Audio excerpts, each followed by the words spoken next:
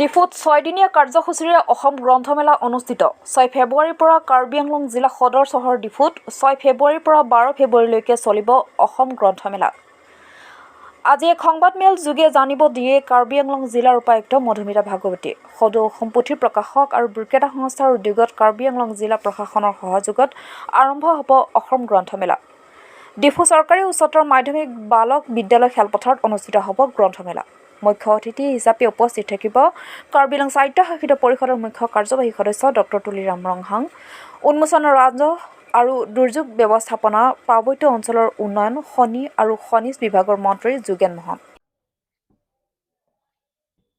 অসম গ্ৰন্থমেলা ডিফু আমি 7 দিনীয়া কাৰ্যসূচী লৈ ডিফু চৰকাৰী উচ্চতৰ মাধ্যমিক বালক বিদ্যালয় খেলপথাৰত আয়োজন কৰিছোঁ আৰু আজি আমি এই অসম গ্ৰন্থমেলা ডিফুৰ বিষয়ে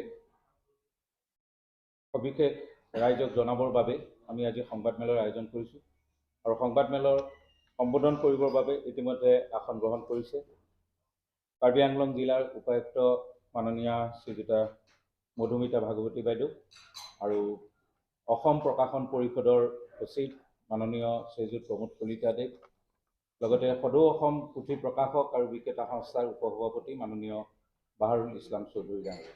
আমি সমূহ সংবাদ বন্ধু বান্ধৱীসকল সংবাদপ্ৰেমী বন্ধু বান্ধৱীসকলক পুনৰবাৰ আন্তৰিক অভিনন্দন আৰু স্বাগতম জনাই পৰৱৰ্তী সংবাদমেলৰ কাৰ্যসূচী আগবঢ়াই নিব আমাৰ